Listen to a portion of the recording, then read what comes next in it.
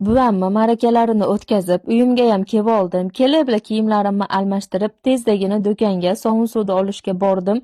Kunlarim o'zi to'planib qolgan edi. Yuvaman degan kunim bo'lsa ketib qoluvdim. Bilasizlar, kunlar ancha qisqarib qolgan. 5 dan keyin shomga qarab ketadi. Men bo'lsa o'zi 2-3 larda keluvdim. Kamiga kir mashinamiz ham buzilib qolgan. Qo'lda yuvishim hisobiga kelib harakatni boshladim.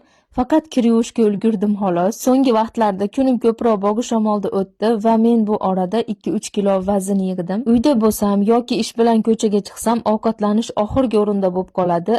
U yoqda bo'lsa xolam bor, yegim kelmayapti desam ham majburlab vaqtida ovqatlanishimga sababchi bo'ladi. Yiqqan shu 2-3 kilo vaznim meni normaga tushirdi. Ya'ni 52-53 kilo atrofida bo'lsam o'zim uchun norma hisoblanadi.